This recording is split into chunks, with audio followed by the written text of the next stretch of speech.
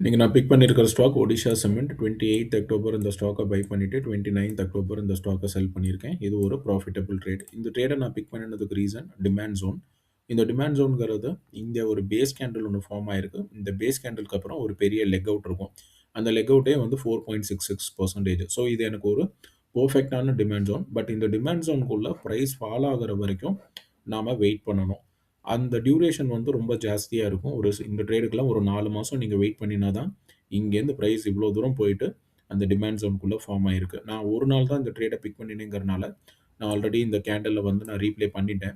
என்னோட first blue line என்னோட by date, என்னோட செகண்ட் ப்ளூ லைன் என்னோட செல் டேட். ஸோ நான் வாங்கின நாள்லயே ஸ்டாக் ஒரு 1 1/2% மேல போனனால, நான் நெக்ஸ்ட் டே இந்த இடத்துல ஸ்டாக்க வந்து நான் செல் பண்ணிட்டேன். இத மாரி டிமாண்ட் ஜோன வச்சு நீங்க ட்ரேட் பண்றதுக்கு ஒரே ஒரு குவாலிஃபிகேஷன் தான் வேணும். அது என்னன்னா பேஷன்ஸ் வேணும்.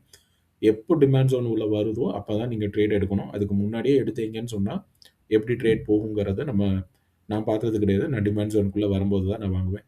நாளைக்கு வேற ஒரு ஸ்டாக்ல உங்கள பார்க்குறேன். இந்த ஸ்டாக்ல உங்களுக்கு ஏதாவது டவுட்ஸ் இருந்ததுன்னு சொன்னா, கீழ கமெண்ட் செக்ஷன்ல போஸ்ட் பண்ணுங்க. நான் அட்ரஸ் பண்றேன். Thank you.